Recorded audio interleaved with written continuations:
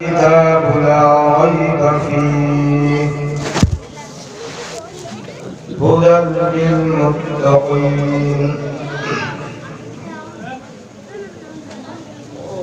وقال الله تبارك وتعالى: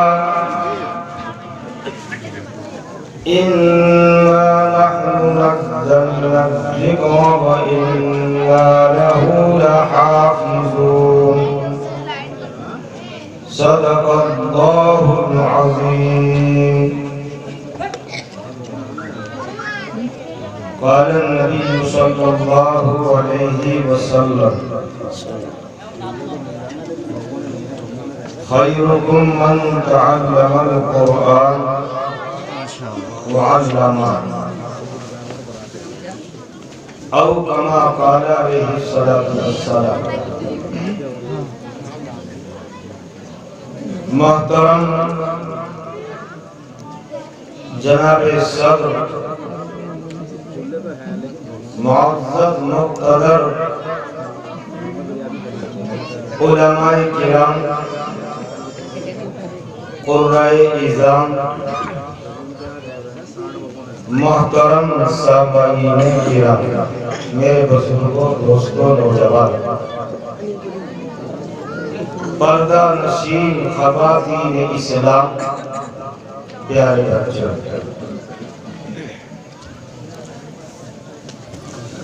یہ آج کا اجلاس مدرسہ اسلامیہ عربیہ عین العلوم کا ہے، پورے انگت پور کا ہے، اور اس سے کوئی مستثنی نہیں، سارے انسانوں کے لیے مدرسہ عین العلوم یہ تمام علوم کی آنکھ ہے، اور آنکھ ہونا بھی چاہیے کہ اس ادارے سے ماشاءاللہ چند طلبہ حافظ بنے اور بہت ہی خوشی کا مقام۔ عزیز القدر مولانا محمد عاصم صاحب کی محنت، کوشش اور تمام لوگوں کو جوڑ کر چلنا، ان بچوں کے ساتھ محنت کرنا شفقت کے ساتھ، اور پھر ان کا حافظ قرآن بن جانا، یہ بہت بڑی کامیابی اور کامرانی کی دلیل ہے۔ اللہ قبول فرمائے، آمین یا رب۔ اور اسی طرح یہاں کے تمام اراکین، ذمہ داران اور معاونین سبھی قابل ذکر ہیں، بہت تعریف کے لائق ہیں۔ ان اللہ بڑی فضیلت کے مالک، بہت مختصر انداز میں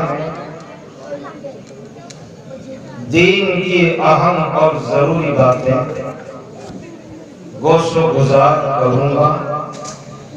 دعا فرمائیں کہ اللہ تعالیٰ کہنے اور سننے کے بعد عمل کی توفیق بھی عطا فرمائے۔ آمین۔ افسوس یہ ہوتا ہے، اب مزاج مسلمان کسے کہتے ہیں پہلے بتا دیں۔ حکم بردار ہونے کا نام ہے مسلمان، حکم بردار۔ حکم بردار کا جب لفظ استعمال کیا جائے گا تو یہ دونوں چیزیں یعنی قل اطیعوا اللہ و اطیعوا الرسول، اللہ کی اطاعت کرنا ہے اور رسول اللہ صلی اللہ علیہ وسلم کی اطاعت۔ اب اس شخص کو کہتے ہیں مسلمان، حکم بردار۔ لیکن ہم کیسے حکم بردار ہیں؟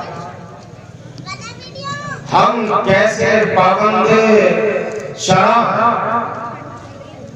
ہم آزاد نہیں ہیں، ہم تو حکم بردار ہیں، اور اللہ تعالیٰ نے ہمیں پابند کیا۔ اللہ کی مرضی کے بغیر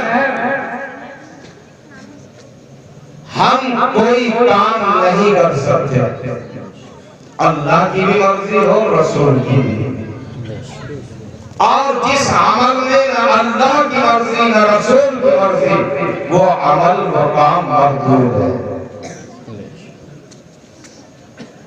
آج کے اس پرفتن دور میں امت مسلمہ اور شمع رسالت کے پروانے اور جیالے جن کے نہا خانوں میں دین کا درد ملت کا غم ہونا چاہیے تھا، ان کا مزاج آج منورنجن پارٹی بن چکا ہے۔ وہ کام کرنے کی اجازت نہیں ہے، نفس کو خوش نہیں کرنا چاہیے۔ بڑے سے بڑا عمل بسا اوقات نفس کو خوش کرنے کی وجہ سے مردود ہو جاتا ہے، بہت اونچے سے اونچا عمل پتہ بھی نہیں چلتا۔ اذان ہوتی ہے، اذان ہونے کے بعد جب اذان ہوتی ہے تو آج ہمارے مسلمان نوجوان، ہمارا مسلم معاشرہ کیا کرتا ہے؟ اذان کا پہلے بڑے بوڑھے کہہ دیا کرتے تھے اذان ہو رہی، احترام کرو، احترام کرو، خاموش ہو جاؤ۔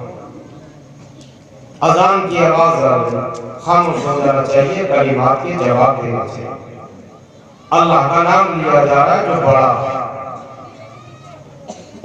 جو تمام عالم کا رب ہے، پالنے والا ہے، سب کا روزی رساں ہے، چاہے فرما بردار ہو نافرمان ہو، سب کو روزی پہنچا رہا ہے،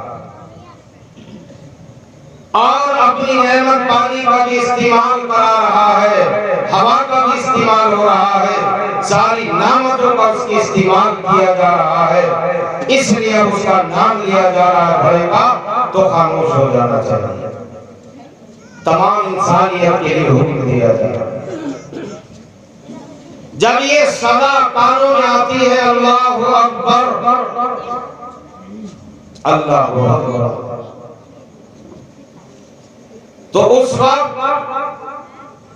جو بندہ اس کے احترام میں خاموش ہو کر جواب دیتا ہے، گویا کہ وہ تسلیم کر رہا ہے کہ اللہ بہت بڑا ہے اپنے عمل سے۔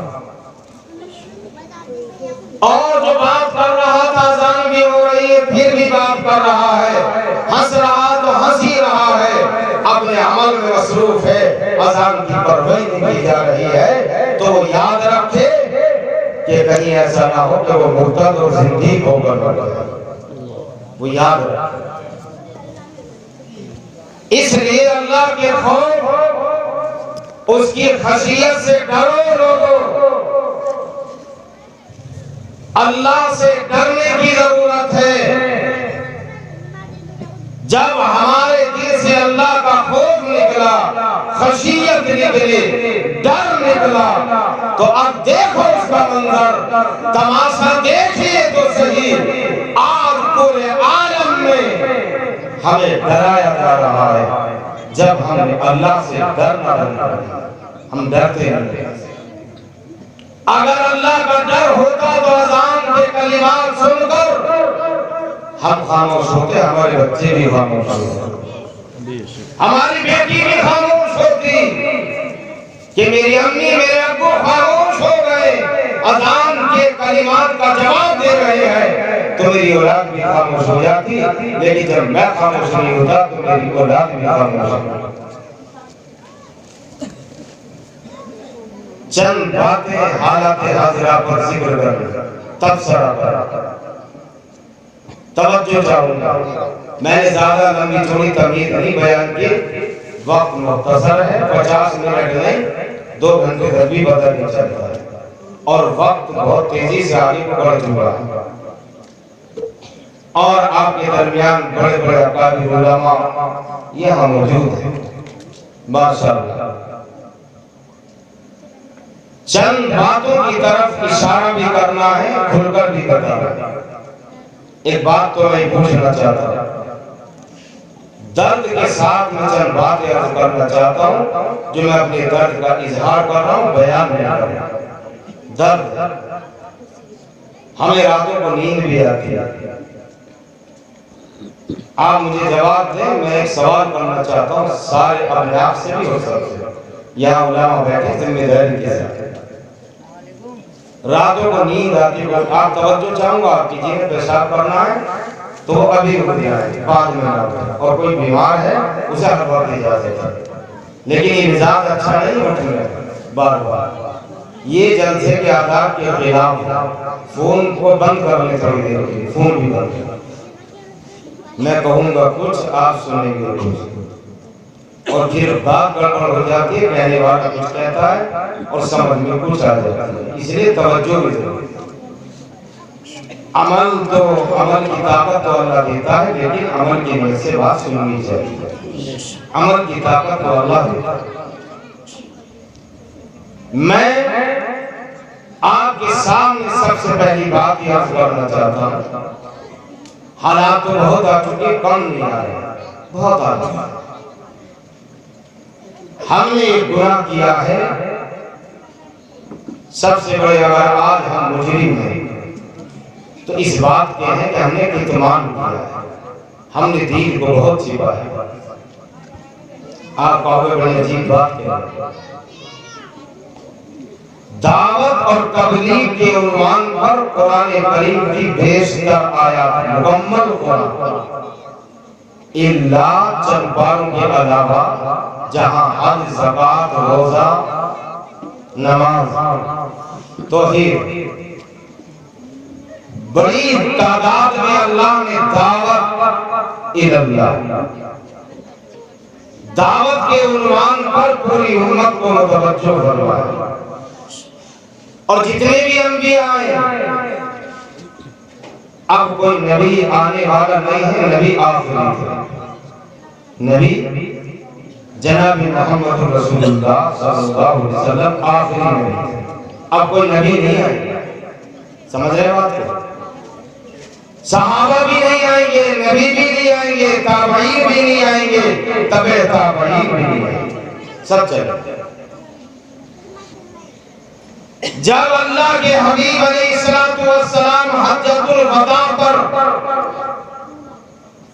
خطبہ دے رہے تھے، آخری خطاب ہو رہا تھا، ارشاد فرما رہے تھے، متوجہ تھے صحابہ کی طرف، رغبت دلا رہے تھے، صحابہ حاضرین تھے، غائبین کے لیے توجہ دلائی جا رہی تھی، امت کا غم تھا، درد تھا، سینہ پھٹا جا رہا تھا، تم حاضر ہو، یہ پیغام اللہ کا امانت داری کے ساتھ میں نے تم تک پہنچایا ہے، اب تم حاضر ہو، جو دنیا کے کونوں کونوں پر ہے، اس اللہ کے پیغام کو ساری انسانیت تک پہنچا دو۔ سارے انسان اللہ کے بندے ہیں، سارے انسان اللہ کے بندے ہیں، اور قرآن انسانوں کی ہدایت کے لیے اترا ہے، اس لیے قرآن بھی سارے لوگوں کے لیے ہے، نبی بھی سارے لوگوں کے لیے ہے، توحید بھی سارے لوگوں کے لیے ہے،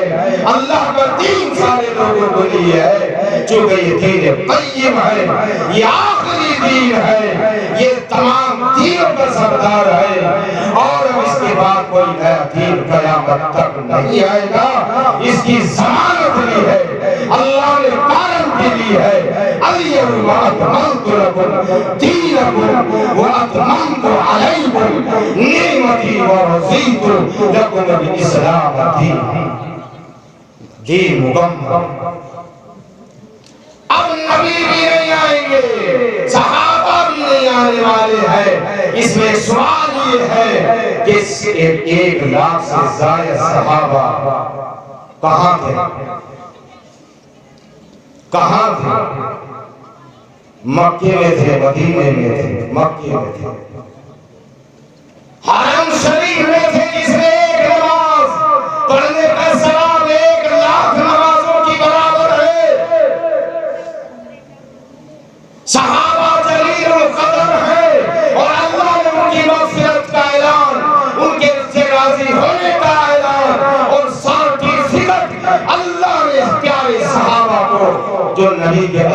تھے دنیا میں دے کر اعلان فرمایا کہ ہم تم سے راضی تمام صحابہ وہ جلیل القدر صحابہ 1,00,000 سے زائد ہے اور اللہ کے نبی حکم دیتے ہیں یہ میرا پیغام جو اللہ نے مجھے دیا ہے کتاب اللہ سنت رسول اللہ اب تمہاری ذمہ داری ہے ان لوگوں تک پہنچا دو جو یہاں موجود نہیں ہے ارے کہیں ایسا نہ ہو وہ جہنم میں چلے جائے کہیں ایسا نہ ہو وہ جہنم کے ہی بن جائے اللہ کے نبی غم کرتے ہیں اور پوری امت کے لیے طلب کرتے ہیں سب جنت میں جانے والے یہ کملی والی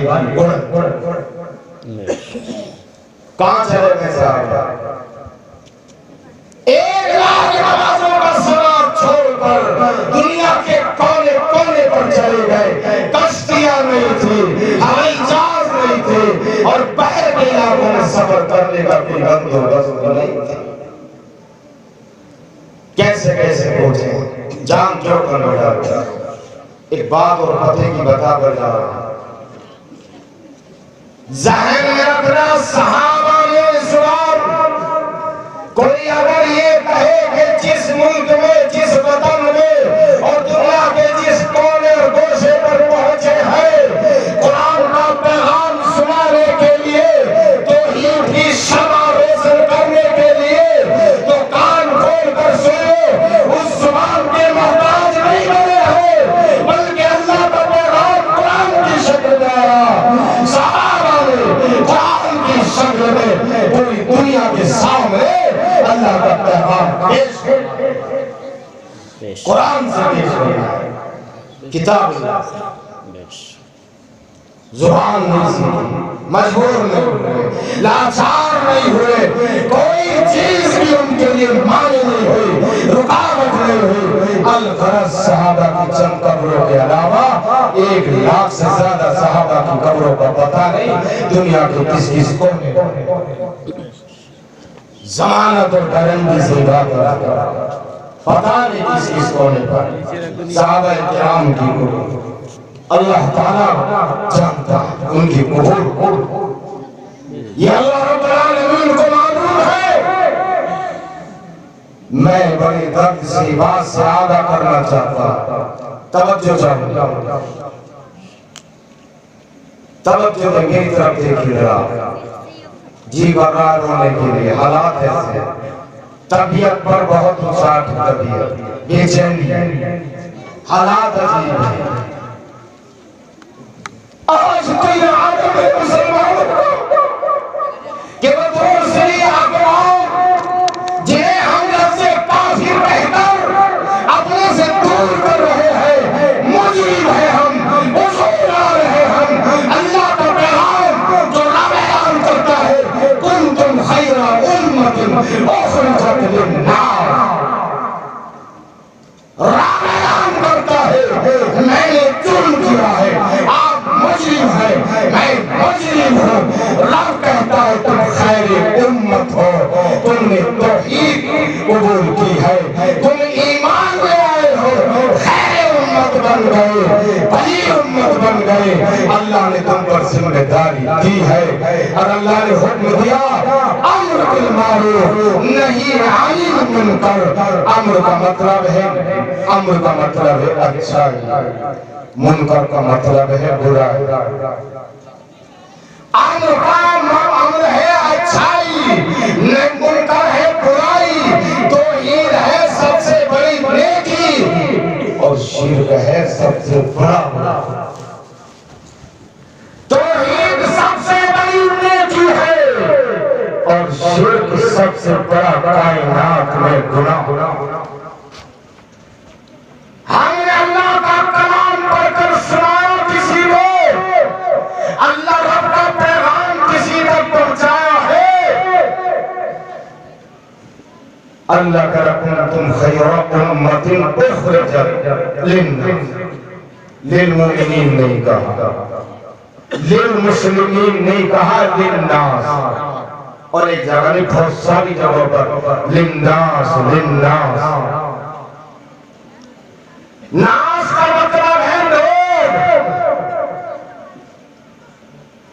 جب ہم کہیں گے یہ لوگ تخصیص ختم ہو گئی، یہ کون ہے؟ رنگ، نسل، برادری، اقوام ختم کر لو۔ اللہ نے اعلان کر دیا یہ لوگ سارے لوگ آدم کی اولاد ہے، حوا کی اولاد ہے، سارے انسان بھائی بھائی ہے۔ اور یہ اللہ کا پیغام قرآن جو سچا پیغام ہے، جو ایک حق کی ضمانت دی ہے رب نے قیامت تک کے لیے اعلان فرمایا، اِنَّا نَحْنُ نَزَّلْنَا الذِّکْرَ وَإِنَّا لَهُ لَحَافِظُونَ۔ نازل کرنے والے بھی ہم، اس کی حفاظت کرنے والے۔ آج سے پہلے بھی پاگل لوگ مجنون خطی دنیا میں آئے۔ پہلے ابو جہل آیا، ابی بن سلول آیا، منافقوں کا سردار۔ وہی ابی بن سلول جو بت رکھ کر لاتا تھا سینوں میں، ابی بن سلول منافقوں کا سردار، رئیس المنافقین۔ اس کی ضروریت بڑی تعداد میں وَإِذَا خَلَوْا إِلَىٰ شَيَاطِینِهِمْ، جب وہ اللہ کے رسول کی مجلس میں آتے تھے بڑی پیار سے بات کرتے تھے، ہم تو تمہارے ہیں، تم تو قربان۔ اور جب نبی کے پاس سے ہٹتے تھے کہ تم مذاق کرنے آئے تھے، ہم تو استہزاء کرنے کے لیے گئے تھے۔ اور جب الگ ہٹتے تھے تو بکواس کرتے تھے۔ قرآن سے معلوم کرو کا انجام کیا ہوا۔ قرآن پر انگلی اٹھانے والوں، یہ قرآن رب کا ہے، سچا ہے، آسمانی کتاب ہے۔ جبریل واسطہ بنے ہے، نبی پر نازل ہوئی ہے، مدینے میں نازل ہوئی، مکے میں نازل ہوئی، مکی آیات ہے، مدنی آیات ہے، ضمانت لی ہے اللہ نے، گارنٹی لی ہے حفاظت کی، کوئی تبدیلی نہیں آئے گی، ایک نقطہ بھی نہیں کوئی بدل سکتا، زبر کا زیر نہیں کر سکتا، قیامت تک کے لیے اگر کوئی اعلان کرتا ہے، کوئی دنیا میں اگر آج کی اس پرفتن ماحول میں کسی کے اشارے پہ چل کر فرقہ پرستی اگر پھیلاتا ہے، اللہ دلوں کو جانتا ہے سب کے۔ اور اگر یہ کہتا ہے قرآن کی 36 آیات نکالی جائے، قرآن کی 36 آیات نہیں، ایک ٹکڑا بنا کر دکھا دو، ایک جیسے 36 آیات نہیں، چیلنج تحدی کے ساتھ کہتا ہوں، ایک ٹکڑا بنا کر تو پیش کرے ہو۔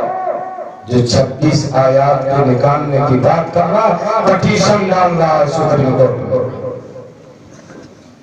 اعلان کے ساتھ کہتا ہوں، کسی بھی عدالت، چاہے عدالت عظمیٰ ہو، چاہے سپریم کورٹ ہو، کسی عدالت میں رائٹ نہیں پہنچتا ہے کہ کسی بھی مذہبی کتاب پر مقدمہ دائر، وہ آزاد ہے۔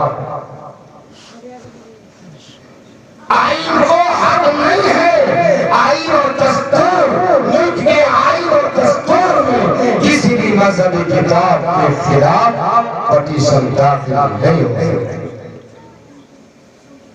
اس لیے ایل والے کا بخش فون آیا میرے پاس، کہتا ہے آپ کیا کہنا چاہتے ہیں جمعیت کی طرف؟ ابھی جو ایک شخص نے یہ بات کر لیا، میں تو اس کا نام لینے کو بھی منع کر رہا ہوں اور لینا بھی نہیں چاہیے۔ وہ خاص حجت اور دلیل ہے، ہمارے اکابرین گرا ہے، بڑے اکابرین گرا ہے کہ حجت اور دلیل نہیں، ایسے ایسے پاگل تو نہ جانے کتنے آئے اور جب مارچ۔ قرآن تو وہی ہے، وہی رہے گا۔ کروڑ بچوں کے سینوں میں کلام اللہ موجود ہے، اور یہ صرف قرآن کا معجزہ یہاں بھی بنایا ہے۔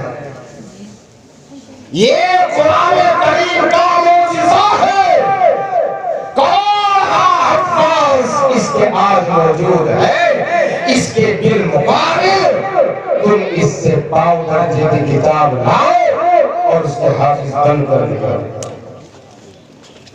ہم گارنٹی سے کہتے ہیں یہ اللہ کی سچی کتاب۔ دوستو، اس شخص کو میں نے جواب دیا جب میرے پاس خبر رساں ایجنسی سے فون آیا تو میں نے کہا کہ وہ پاگل ہے۔ وہ بہت ہنسے بڑی رہی ہے، کہا آپ کو میں مرلم نہیں جواب وہ پاگل ہے۔ تو پھر دوستی اس نے دن سنایا کہ آپ کا کوئی پروگرام، اس سے متعلق پروگرام تو جب ہو کوئی اہمیت ہو، وہ تو پاگل ہے۔ تو انہوں نے میری بات کو سرا اور ہنسنے لگے، کہا کہ آپ کی بات بالکل صحیح ہے، وہ پاگل ہے جو کسی بھی مذہبی کتاب پر انگلی اٹھائے، کائنات میں اس سے بڑا کتا اور پاگل کوئی نہیں ہے جو کسی بھی مذہبی کتاب پر انگلی اٹھائے۔ مذہبی کتابوں پر انگلی اٹھانے کا کسی کو کوئی حق نہیں۔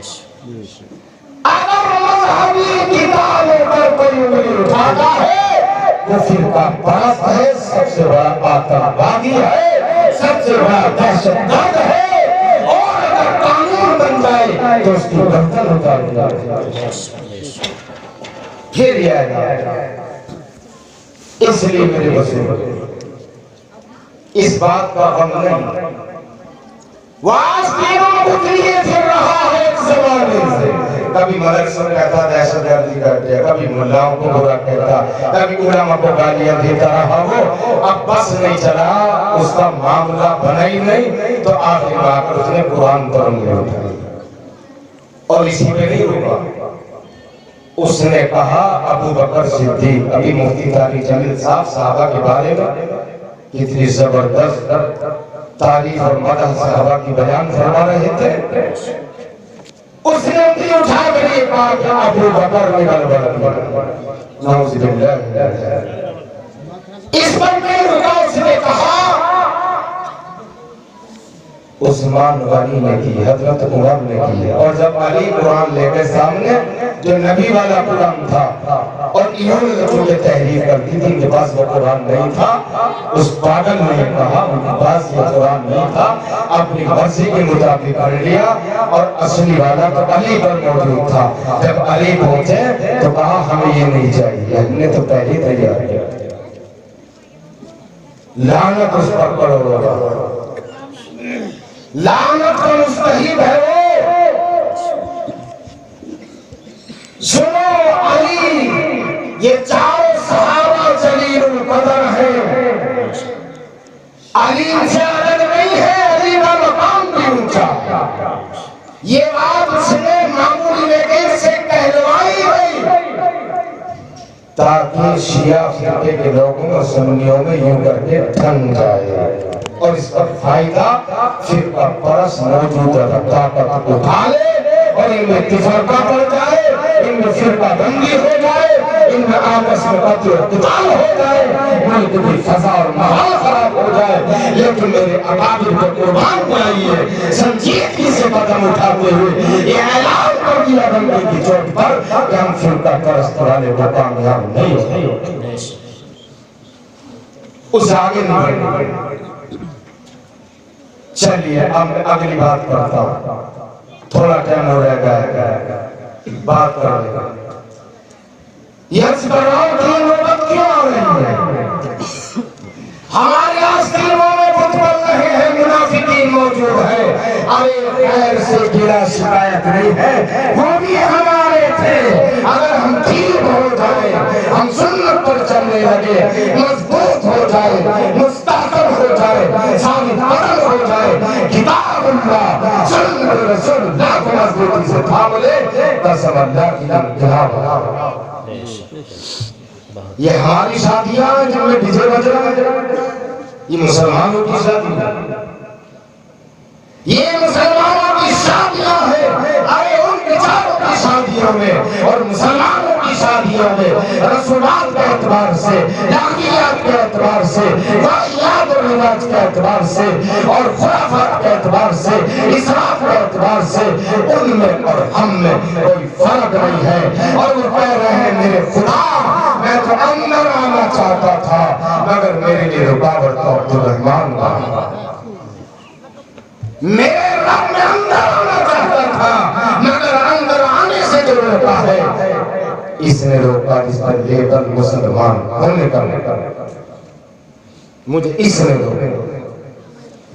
ہم ہوئے نہیں ہوئے مجرم, ہمارے چہرے, ہماری رضا, ہماری گفتگو, ہمارے اخلاق, ہمارا کردار, ہمارا اٹھنا, ہمارا بیٹھنا, ہمارا غم, ہماری خوشیاں, یہ ساری کی ساری آج اسی طرز اور اسی انداز پر ہو رہی ہے جو غیر کر رہے ہیں اور ہم بھی وہی کر رہے ہیں. وہ دیکھ رہے ہیں ان کے تو نہ اخلاق ہے نہ کردار ہے اور پھر غضب ستم بالائے ستم جھوٹ بہت بولنے لگے. اور سب سے بڑا جھوٹا اس نے بنایا موبائل, سب سے بڑا قاضی اس نے بنایا موبائل. ہلو کہا ہوں کہ میں ابھی بیٹھے رہے اور کہا کہ میں اڈے پہ پہنچوں. اس نے جھوٹا بنا. جب ایک مومن جھوٹ بولتا ہے تو فرشتوں کو بدبو آتا ہے. فرشتہ رحمت والا دور ہٹ جاتا ہے. کان کھول کر سنو بدبو ختم نہیں ہوتی. وہ دھکا سینے پہ لگا ختم نہیں ہوتا جب تک توبہ نہ کر لے. جھوٹ بولنا کبھی کبھی خواہ موبائل کے ذریعے ہو, ہاں ایک جگہ بولنا کچھ گنجائش مگر وہ جھوٹ نہیں دل جوئی کے لیے. ایک جگہ ملانے لگے دو بھائیوں نے آپس میں بدھورا تھے, دوریاں آپ کو جوڑنا چاہتے ہیں. اگر آپ نے ادھر ہیر پھیر کر دی تھی تو اللہ اس کو معاف کر دے گا. تو کہ آپ کو بھائیوں کی جگہ جوڑ دو ورنہ گنجائش ہے. ایک جگہ اور ہمارے علماء نے لکھا ہے کہ اگر عورت اور مرد میں بگاڑ ہونے والا ہے, شیطان حاوی ہونے والا ہے, پتہ چلا طلاق کی نوبت آ سکتی ہے, تو دلجوئی کے لیے بیوی کی مختصر جھوٹ کچھ گنجائش ہے بہت ورنہ گنجائش ہے. جھوٹ میں فرشتوں کو بدبو آتی. کیا منٹ رہیں گے میرا مفتی صاحب؟ ذرا بتا دو میں وقت ہوئے 10 منٹ میں 10 منٹ میں تو قیامت بھی آ جائے. لیکن ہم سے بات پوری نہیں ہوتی. بہت عرصے آئے آپ کی اجلاس میں آتے ہیں, چاہتے ہیں اپنی باتیں سامنے آ جائیں درد اور اللہ اس کو قبول فرمائے. اس درد آپ سے یہ اور کہتے ہیں ہماری شادی آج کیا ہمارا سوتیلا پن ہو رہا ہے اماموں کے ساتھ, علماء کے ساتھ, حفاظ قرآن کے ساتھ. اس کا ہم نے غور کیا. میں ہنسی میں نہیں لے جا رہا ہوں, کچھ کھلا سنانا نہیں چاہتا, نسلیت کی طرف لے جا رہا ہوں. بلا وجہ امام سے ناراض ہو جانا بلا وجہ, یہ ایک زہریلی ہوا چل رہی بہت تیزی کے ساتھ. اس زہریلی ہوا کب سے چلی ہے؟ یہ 16 چنگاری تھی جب انگریز بھاگا تھا. یہ چنگاری لگا کر گیا تھا, اب یہ 16 بن چکا اور حالات یہاں تک آ گئے. بعض حضرات تو اگر فرشتہ بھی آ جائے تو اس سے بھی مطمئن ہونے والے ہیں. مولوی تو پھر بھی بشر ہے, انسان ہے, جتنے گناہ ہوتے ہیں اس سے بھی ہوتے ہیں. تصور یہ کر لیا جاتا ہے کہ مولانا ہو گئے اب ان سے کوئی گناہ ہونے والا نہیں, یہ تو فرشتہ بن گیا. اور میں یہ کہتا ہوں کہ آج کا جتنا خطرناک دور ہے, اگر فرشتہ بھی آ جائے نا ہماری جگہ بھی تو الٹا لٹکا دیا جائے گا. ایسے نازک حالات,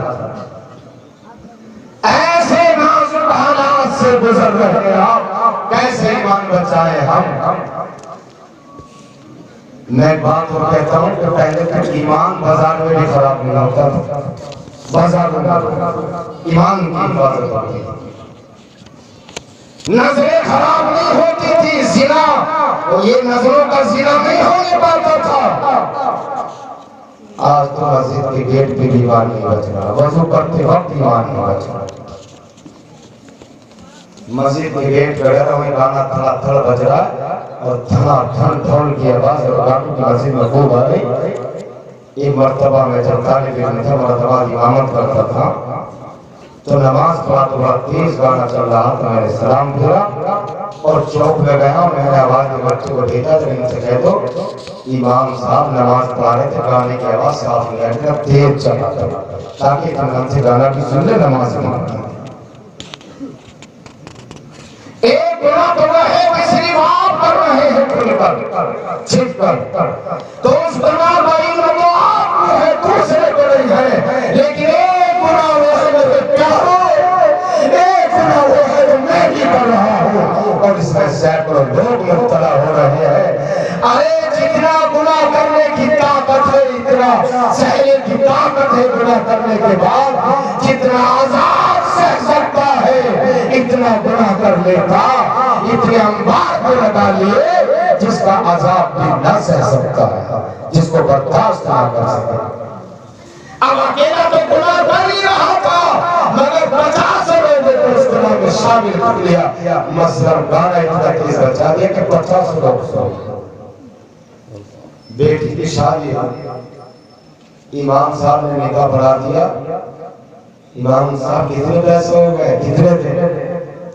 امام صاحب بولے دبی ہوئے آوازیں، بیچارے پیسے سے دبے ہوئے بہت زیادہ، تو دبی آوازیں بولے 30,000 روپے ہو گئے تھے اس مہنگائی کے دور میں، دبی آوازیں لگا 3,000 روپے، 3.5 یہ بڑے پیسے لینے لگے آپ کے۔ انہوں نے 3.5 کا ہاتھ نکالا، 3 کروڑ امام مانگ رہا، چونکہ اس کے سفید کپڑے، سفید رومال، سفید ٹوپی، ایسا لگتا بے تاج بادشاہ، یہ تو بہت بڑا امیر اور سیٹیا ہوگا، اس کے تو کپڑے بڑے ٹوپے بڑا مزے مارا۔ اور جب کپڑے پہن کر نکلتے نا مولانا تو لوگ کہتے مولانا کہاں سے مارا ہے، کتا مارا، یہ نہیں کہتے مجھ سے اس دکان پہ سے لیا تھا بڑا اچھا لگا، کہتے مولانا بڑا ٹوال ہوتا کہاں سے مارا، یہ اوقات ہماری رہ گئی۔ اب کہتے ہیں یہ نہیں کہتے کون دنیا، کہتے مولانا کہاں سے مارا، مارنے کا مطلب کہاں سے ڈاکہ ڈال کر اس کا الفاظ دیگر۔ تو آج جو ہم نے اپنے اماموں کو ڈاکو بھی بنائے اور مولوی، سوال ہے اب جہالت کا دور نہیں، روشنی آ چکی، مدارس کی رفتار، دعوت تبلیغ کا کام کثرت سے بہت کی شعبے زندہ ہے، اس کے باوجود بھی عالم ہے کہ ہماری جہالت بجائے کم ہونے کی بڑھتی جا رہی ہے، بڑھتی ہے۔ اب جمعہ کے دن امام صاحب تبلیغ کر رہے ہیں تو بہت سارے لوگوں کی نظر میں سوئی کر رہے ہیں، سن رہے امام صاحب یہ بڑی دکھانی شروع کرتے ہیں، اشارہ کرنا، اور اگر من پہ مار رہا ہے تو کھڑا ہوا، چغلی کر رہا ہے، سن رہا ہے، چغلی کرنے والا میں اپنے آپ کو پاکی اور گناہگار نہیں سمجھتا، اور سننے والا تو سمجھتا مصطفیٰ اللہ صحابی میں تو گناہ ہی نہیں کرنی۔ اور نبی جی فرما رہے ہیں یہ بھی گناہگار ہے جو چغلی سن رہا ہے، یہ بھی گناہگار ہے جو چغلی کر رہا ہے، یہ بھی گناہگار ہے، مگر اس میں گھنٹوں خراب ہو جاتے ہیں، پتہ نہیں چلتا وقت کہاں پہ جاتا، پتہ نہیں چلتا۔ شادیوں پر ڈیجے بجتا، جب لوگ باز گئے تو میں نے 100 نمبر کی پولیس کو فون کر کے رکھوایا اپنے علاقے، میں نے ایسے نہیں مانے، 100 نمبر کی پولیس آتے تھے کیوں بھاگتے ہیں، اور مولانا آگے مولانا تم 100 نمبر سے کام ہوگا، یہ ہے ان سے بہت ڈر لگتا، آپ سے اور اللہ سے ڈر نہیں لگتا۔ اگر اللہ سے ڈرتے تو مال کی بڑی اکرام کرتے، امام کی بھی عظمت کرتے، امام کی بھی قدر کرتے، اس کی خدمت بھی کرتے، اس کا خیال بھی رکھتے، اس کا احترام بھی کرتے۔ جب اللہ کا خوف نہیں رہا، سن لے امام تیرا خوف بھی ہے، تیرا احترام۔ لاک ڈاؤن لگا، پتہ کیسا ہنگامہ ہوا، لاک ڈاؤن میں سب بہت سارے لوگوں نے کہہ دیا وہاں تھا گھر چلے جائے تنخواہ دینے کو پیسے ہیں، کیا اب تو آج کے بعد ہمارے چولہے بھی بجھ گئے، روٹی نہیں کھائیں گے، تم بھی اپنے گھر میں خبر نہیں مانو کہ لوگوں نے تیری روٹی ویسے کھائی جا رہی ہے، کیسے چھوڑا چل رہا ہے،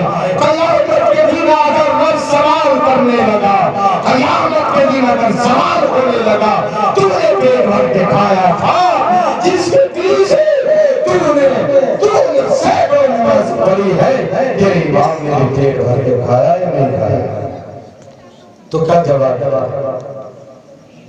اس لیے میرے بزرگوں میں نے ایک لفظ کہا تھا کہ چنگاری چھڑی تھی، چنگاری سے شعلہ بھڑک گیا. وہ شعلہ کیا تھا؟ نفرت پھیلائی ہے. اگر علماء سے بغض کا اعلان کیا ہے، علماء سے اگر دوریاں ہوئی ہے، تو اس دوریوں کا نتیجہ، بغض کا نتیجہ صرف واحد نتیجہ انگریز اور سامراج ہے اور کوئی. آؤ ہم علماء سے خوب کریں، محبت کریں. جب ہمارا تعلق علماء سے ہوگا، مدرسوں سے ہوگا، دینی کاموں سے ہوگا، علماء سے ہوگا.